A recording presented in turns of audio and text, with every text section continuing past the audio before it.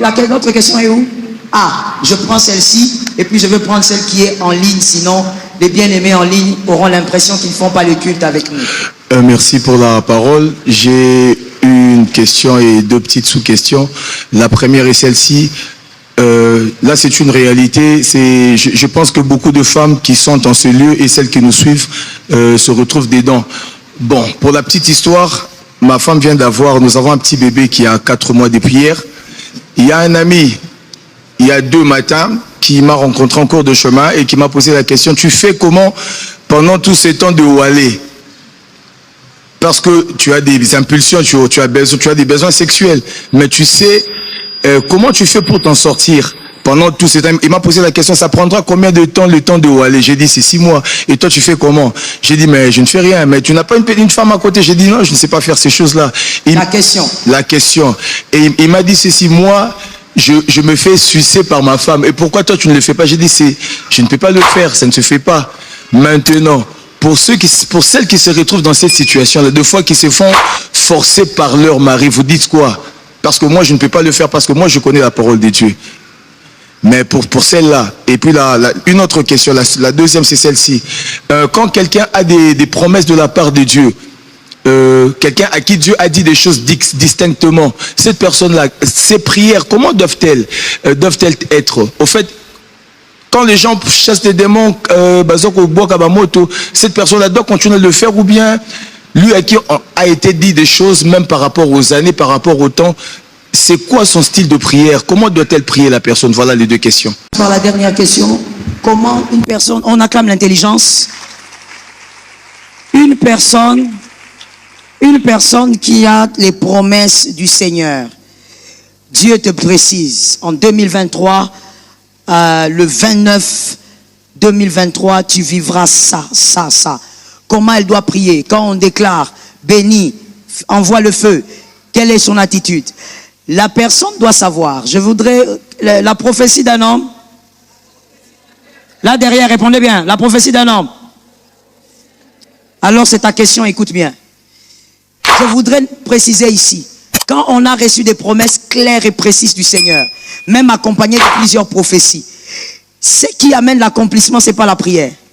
C'est une instruction qui est toujours cachée dans la prophétie. Et généralement, l'instruction n'est pas attachée à la prière. Généralement, l'instruction est attachée à quelque chose que vous devez faire.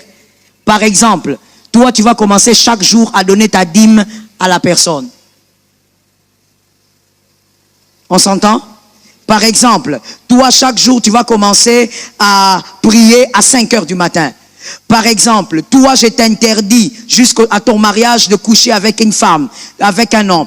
Généralement, l'accomplissement d'une promesse est attaché à une instruction. Quelque chose à faire, mais pas la prière. Mais maintenant, par rapport à la prière, vous devez simplement écouter l'esprit qui vous conduit. Ne priez pas forcément comme tout le monde, écoutez l'esprit, car c'est l'esprit qui sait où il vous amène. Un homme de promesse écoute le Saint-Esprit. C'est pourquoi David n'avait pas écouté les hommes, il a écouté l'esprit. Et il a tué Goliath. Clair? La première question. Une femme qui fait le Walé, et le Walé n'est pas compris forcément par tout le monde, ça veut dire seulement que c'est la période. Là, après l'accouchement, la femme doit se remettre, se reconstituer. Il y a donc le saignement pendant un temps. Et puis pour certaines femmes qui ont la grâce, il y a peut-être maman ou belle-maman qui vient à la maison, qui s'occupe d'elle, qui la masse avec un peu d'eau chaude. Toute cette période-là, au fait, c'est ce que monsieur a appelé Walé. Donc, et maintenant la question est, l'homme qui est marié à une femme pendant cette période, il ne peut pas coucher avec une femme qui saigne de manière récurrente. Et en même temps, la femme, le corps de la femme, normalement, est en train de se reconstituer. Alors, son ami lui dit comment il doit faire, parce que lui a trouvé une solution, sa femme peut sucer. Et il y a des enfants là-bas dessus, c'est ça le problème. Quand on amène les enfants, c'est comme ça. Alors, on va dire sucer. On ne peut même pas dire le bonbon parce que l'enfant va aller dire à papa à la maison. Le pasteur avait dit, il faut, voilà. Donc, il faut même éviter de dire bonbon ou quoi que ce soit. Bref, vous avez compris. Alors, le monsieur veut savoir, est-ce que c'est ça la solution? Est-ce que c'est ça qu'il peut faire? Est-ce que... Je veux vous dire ceci. Je veux répondre directement à la question, parce que la question est, est-ce le suçage bon ou mauvais? C'est ça ou vrai ou faux? Ne fais pas le visage comme ça, je te connais, tu n'es pas sérieuse. Fais pas me faire le visage comme si... Yo, sérieuse, yo. Donc, en fait, la question c'est ça. La question c'est seulement de savoir si un homme marié, pendant cette période, est-ce que le suçage, en bref, est toléré ou pas. Et pas seulement pendant cette période, si les mariés peuvent le faire. Vice versa, suçage à gauche et suçage à droite. Alors, la Bible, rentrons d'abord dans la Bible, parce que je sais comment est-ce que sont les fidèles. La Bible, de manière claire, ne donne pas un verset qui interdit le suçage. Mais voici maintenant, lorsque la Bible, c'est comme la cigarette. La cigarette, il n'y a pas un verset clair qui dit « ne fumez pas ». Mais par contre, sans même que la Bible ne parle, l'intelligence de l'homme a parlé. Même le païen. Qu'est-ce qui est écrit sur le box de la cigarette? Voilà les gens intelligents qui sont bien allés en maternelle. Il y a d'autres qui sont ici qui fument mais ils n'ont jamais lu. On répète ça pour celui qui n'a jamais lu ce qu'il y a sur le box là. Le fabricant, ce n'est pas quelqu'un d'autre. Ceux qui fabriquent ont écrit « fumer est préjudiciable à la santé ». Ce n'est pas la Bible. L'homme lui-même, il a réfléchi, il a vu comment ça abîme le poumon, ça détruit, ça mène le cancer, c'est la mort. N'est-ce pas? Le suçage, c'est la même chose que la cigarette. La Bible ne dit pas de manière claire que c'est mauvais, pour les mariés évidemment, parce que toi célibataire, interdiction, feu. Mais lorsque nous allons maintenant avec l'intelligence et la science, les médecins le prouvent que ce genre de pratique amène des maladies, beaucoup de maladies au niveau de la gorge, chez l'homme comme chez la femme. Maintenant, le grand problème, je ne suis pas médecin, je ne suis pas infirmière, mais je vous donne les informations que vous pouvez avoir un peu partout, même vous-même. Le grand problème est que quand on a une maladie qu'on a eue au niveau, dans la partie intime, ce sont des maladies comment? On appelle ça comment? Les MST. On connaît, non? Ah! Quand on a les MST et que on a mis la bouche là-bas, les microbes vont où? Et ici. Maintenant, dites-nous, ceux qui ont bien étudié, parce que ici, il faut avoir bien étudié. Le médicament qu'on vous allez mettre, mademoiselle, dans votre froufrou, pour guérir des infections, ça passe par la bouche, oui ou non?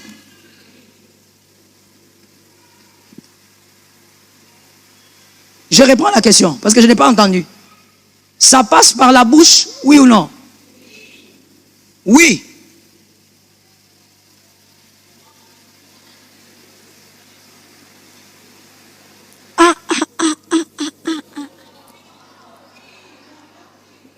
Maman, le suppositoire passe par la bouche. Mais on parle de quoi? Quand tu as le malade, tu as une maladie là, dans le frou là-bas, tu mets les médicaments dans la bouche. Vous n'avez pas bien compris, hein? C'est ça que vous avez dit à votre professeur d'école maternelle. Voyez maintenant le comprimé à mettre dans le frou-frou. Maintenant, comment faire pour qu'il vienne ici? C'est là maintenant que vous allez chercher plusieurs traitements pour vous faire soigner. Je connais une femme qui a eu un problème. Elle a eu quelque chose qui avait carrément, qui était en train de pendre carrément comme un goitre comme ça, à cause de ce genre de maladie. Trop d'infections là-bas, et puis ça s'est développé à ce niveau. Le problème, c'est que, même ce que l'écriture ne dit pas, qu'est-ce que la science dit? Même la science démontre que ça apporte beaucoup de maladies. Toi-même, tu sais quel genre. Je parle d'abord même des célibataires qui vivent dans les péchés. Parce que je sais que tu es là. Tu vois le gars là avec qui tu vis dans le péché. Tu as vu comment il est sale? Moi-même, j'ai senti quelque chose. Arc. Dégoûtant. Il est sale comme ça. Regarde comment il est. Regarde. Maintenant, toi, je parle d'abord de mademoiselle, toi qui vis de les péchés. Tu prends ta bouche comme ça, comme une trompette.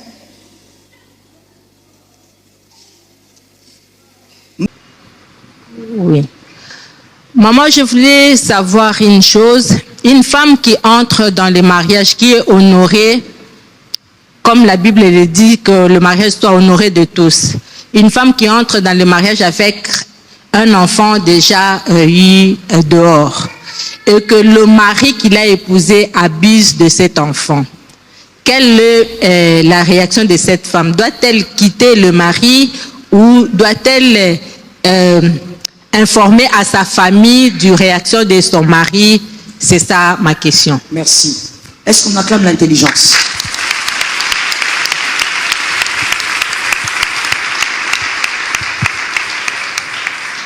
Les femmes qui sont au-dessus, aidez-nous s'il vous plaît avec le bruit. Alors une très belle question, une très belle intelligence. Je veux résumer rapidement. Une femme entre dans un mariage avec son enfant. Dans le mariage, son mari viole l'enfant, viole sa fille, viole son fils, parce que ça se fait, maman. Il y a des hommes aussi qui violent l'enfant garçon de la femme qu'il a épousée. J'ai déjà eu à traiter ces genres de cas. Donc ça existe. Alors maman demande, qu'est-ce que cette femme, le problème c'est la femme, la maman de l'enfant, qu'est-ce qu'elle doit faire? Elle doit quitter son mari, elle doit dire à la famille, qu'est-ce qui doit se passer? Je veux donner deux réponses. La première, c'est la sagesse en tant que femme. La deuxième, c'est la sagesse de la vie. La sagesse en tant que femme, puisqu'on parle de l'attitude de la femme, cette femme devrait d'abord comprendre premièrement, et là je dis, la prophétie d'un homme, la prophétie d'un homme, je ne vous entends pas, parle fort. La prophétie d'un homme,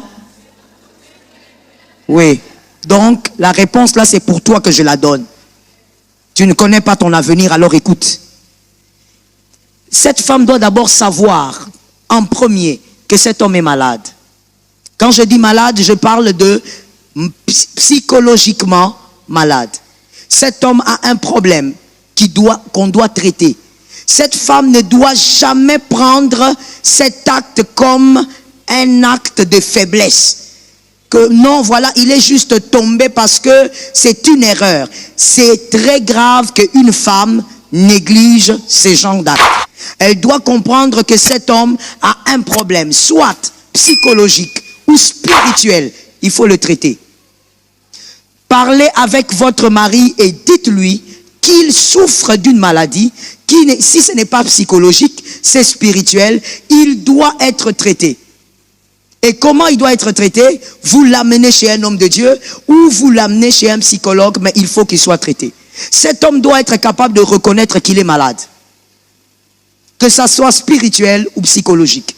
La reconnaissance de cet homme, de sa maladie, va t'aider à savoir si tu dois rester là. Vous avez compris comment je suis allé vers la deuxième réponse? Je suis maintenant déjà dans la deuxième réponse. La sagesse de la vie ou la sagesse de Dieu. Un homme qui ne reconnaît pas que ce qu'il a fait est un problème. Je ne dis pas qu'il reconnaisse que c'est l'erreur. Parce qu'il peut reconnaître que c'est l'erreur et il pleure même devant toi. Je ne parle pas de ça. Celui qui reconnaît que c'est l'erreur, il doit se faire aider. La reconnaissance de son erreur ne doit pas se limiter à dire « Pardonne-moi, je vais payer les amendes. » Surtout nous les femmes africaines, on aime les amendes. Je vais te payer une maison, je vais t'envoyer en Europe. Ce n'est pas ça. La reconnaissance de ce type d'erreur qui peut t'aider à décider si tu dois rester ou partir, c'est la capacité de cet homme à se faire aider. Il ne doit pas avoir honte qu'on l'aide par les personnes qui doivent l'aider. Si tu entends cet homme, ton mari te dit que non, réglons ça seulement nous deux, cet homme n'arrêtera pas. Il couchera encore avec ta fille. Il est dangereux. Est-ce que je parle à une femme? Je veux que tu m'entendes bien. Si cet homme te dit Non, tu sais, c'est quelque chose de honteux. C'est aussi ta sexualité. Si tu parles, même à ton pasteur, voilà, c'est ma nudité que tu exposes. C'est fini. Tu as épousé un assassin, un monstre. Alors il faut partir. Est-ce que quelqu'un m'entend? L'amour ne doit pas tuer. Celui qui couche avec ta fille veut te tuer. Il est appelé ton mari. La Bible dit, si tu veux que j'aille dans la Bible, je vais dans la Bible. Les Lévitiques dit, tu ne découvriras pas la nudité de la femme de ton père, parce que c'est la nudité de ton père. Celui qui est marié à vous, il devient automatiquement le père de votre enfant. La nudité de cet homme, c'est votre nudité. Quand un enfant, une fois je l'ai dit même à une sœur, elle était très choquée. Je l'appelle comme ça, mais bon. Je lui ai dit, tu as couché avec ton papa. Ce n'est plus ton papa. Tu ne peux pas voir le sexe de ton père et il reste ton père. Non. Un homme qui n'est pas capable de se faire aider. D'abord, maman, dès qu'il commence à vous dire des choses du genre, il faut cacher, réglons ça entre nous, tu vois, comprends que ça, c'est la mort. Si tu restes un jour, tu apprendras qu'on a engrossé ta fille. Est-ce que quelqu'un a entendu le schéma? Quelqu'un a vu le schéma? Que Jésus donne la sagesse. Maman, j'ai répondu. Deuxième question. Le micro se trouve où? Mais donnez à la deuxième personne directement, maman. N'attendez pas que je finisse. La deuxième question. Soyez bref, s'il vous plaît. Je regarde le temps. Trouvez déjà la troisième personne. Merci, maman, pour la parole. Question nanga ezaboyi. Ce qui au sambeli au lali. À l'auti, tozo la porte-monnaie nangana mwasi à la tirobe ya molili. Na kowe la porte-monnaie wana abimi $600 na porte-monnaie nanga. Et puis kaka nandoto wana azuna eseme nanga de chambre akei nango. Banda pe akenda na eseme nanga wana nazala kana ba règle douloureuse. Banda botola $100 na porte-monnaie nangai na te kaka lisusu te na sala ka lisusu eloko mon côté. C'est la femme que je connais bien, na yebi longi na yepe bien. Dengue ayaki nandoto nangai, qu'est-ce que je peux faire par là? Merci. On acclame l'intelligence. Maman est en train de dire, dans un rêve, vous voyez une femme voilée, habillée en noir, en train de vous arracher votre porte-monnaie et prenant même un $100 dedans. Et cette même femme qui vient voler votre serviette de douche. Et depuis qu'elle a fait ce songe, son commerce n'évolue pas et elle a des règles douloureuses. Maman, je vais d'abord vous répondre de manière générale. La prophétie d'un peuple, la prophétie plutôt d'un homme. Quand je parle, je veux t'entendre répondre, d'accord? Ne regarde pas à gauche, à droite comme un sorcier, focalise-toi. La prophétie d'un peuple, la prophétie d'un homme, alors que quelqu'un entende bien. Maman, je vais répondre comme ceci. Vous devez savoir d'abord que quand vous faites un rêve, on a besoin de deux choses pour comprendre le rêve. Premièrement, on a besoin du discernement. Et le discernement est un don. Ce n'est pas quelque chose qui vient seulement chez quelqu'un comme ça, non. C'est un don que Dieu te donne, soit depuis la naissance, où tu as prié, parce que la Bible dit tu peux prier et demander. Tu as prié, Dieu t'a donné le don de discernement. On comprend un songe aussi par la deuxième chose, la révélation. La capacité de capter ce qui est caché dans le songe s'appelle aussi la révélation. Les deux choses, c'est quoi? Les deux choses, c'est quoi? Non, non, toi ici, toi qui étais distraite ici, là, réponds. Les deux choses qui nous permettent de comprendre les songes. Et, tu vois comment tu es distraite? Pourquoi tu regardes à gauche, à droite comme une sorcière? Focalise-toi sur moi. Ok? Il y a le discernement et la révélation, maman, qui vous permet de comprendre un songe. Si les deux choses ne sont pas là, ne vous hasardez pas là-bas. Tu vas venir déstabiliser ta vie. N'oubliez pas que c'est par les songes que Dieu révèle les destinées. Il suffit dans un songe de déplacer une virgule dans le discernement. Tu détruis ta destinée. Parce que ton interprétation sera biaisée. Donc ne vous hasardez pas si vous n'êtes pas sûr de ce que Dieu vous a donné comme don. Là-bas, par exemple, je veux dire à maman ceci et je dis à tout le monde. Vous voyez la femme que vous connaissez. Vous voyez la femme que vous voyez. Et vous avez même dit que vous la connaissez. La vérité, c'est que ce n'est pas elle. Vous comprenez, maman? Ce n'est pas elle. Ça veut dire que la femme que vous connaissez, je vais donner un exemple pour qu'on se comprenne. Par exemple, dans votre songe, là, vous dites, vous connaissez la femme, supposons que c'est une certaine Madame Julienne, que vous connaissez dans la vraie vie. Mais ce qui se passe dans ses rêves, ce n'est pas Julienne. Pourquoi? Parce que dans la puissance du monde sorcellérique, le sorcier ne vient pas vous affronter en se dévoilant. C'est un monde de ruses et de mensonges. Le diable est le père. Voilà pourquoi j'ai toujours choqué les gens en disant, vous voyez les gens de témoignage où quelqu'un vous dit, j'étais avec Lucifer, j'ai parlé avec lui. J'ai toujours dit, même quand vous lisez les livres, ce n'est pas lui. Ce n'est pas lui. Quelqu'un écrit un livre en disant, non, vous savez, j'étais arrivé jusqu'au 7e niveau, 20e niveau, j'ai vu le diable. Ce n'est pas lui. C'est le père du mensonge. Il te montrera toujours le mensonge. Donc là, par exemple, c'est une autre personne, mais qui vient avec l'image d'une femme que vous connaissez déjà. Même si la femme est sorcière, ce n'est pas elle. On veut vous amener, n'oubliez pas, que la sorcellerie a pour but de vous amener toujours. Je veux que quelqu'un retienne, on est à la fin de l'année. Retiens ça pour ta vie. La sorcellerie a toujours pour but de vous amener en dehors de la véritable piste. Toujours. Donc, lorsque vous avez vu ça, là je me focalise sur votre songe, ce n'est pas elle, c'est une autre personne qui est aussi sorcière et qui opère.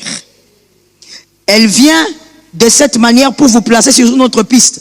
Tant que vous ne tirez pas bien, vous n'atteignez pas la cible. Qui a compris ça? Tant que vous allez mal tirer, vous allez mal faire vos prières, vous n'allez jamais atteindre la cible. Conséquence, le mal va continuer. Ce que vous avez vu, on a pris l'argent, vous avez compris vous-même, les activités ne fonctionnent plus. La prophétie d'un homme, écoute alors, quand vous faites ce genre de constat, la première chose qu'il faut faire, quand vous sentez maintenant le blocage après un songe financier, prenez de l'argent, donnez à Dieu. Tu aimes ce que nous faisons? Alors n'oublie pas de cliquer sur le bouton s'abonner. Merci. Vous devez maintenant faire intervenir d'autres armées. Mais pour les finances, on fait intervenir les armées qui sont attachées aux finances. Est-ce que quelqu'un me capte bien? C'est la première stratégie, maman, que vous devez faire. Vous allez voir que ça va remonter. Et vous allez commencer. On ne prie pas pour les finances, on agit. Et par rapport à votre serviette, il y a deux choses. Ce que vous avez constaté, règles douloureuses, ce n'est pas vraiment ça, ce qu'ils ont pris. Encore une fois, ils veulent vous diriger sur une fausse piste. Le vrai problème, c'est qu'on veut toucher à votre foyer. Alors quand toi, tu vas te concentrer sur les règles douloureuses, Seigneur, on a touché mon ventre au nom de Jésus. Et ils sont en train de détruire, ils continuent de détruire. Le temps que tu remarques que ton foyer a été touché, retard. Le diable est rusé. La Bible ne dit pas le diable est intelligent. Vous avez déjà remarqué ça? Quand vous lisez dans toute la Bible, on ne dit nulle part qu'il est intelligent. On dit il est rusé. Définition, regardez, la ruse et l'intelligence, c'est deux choses très différentes. Il est rusé. Est-ce que maman, j'ai répondu? Que Dieu vous donne la victoire.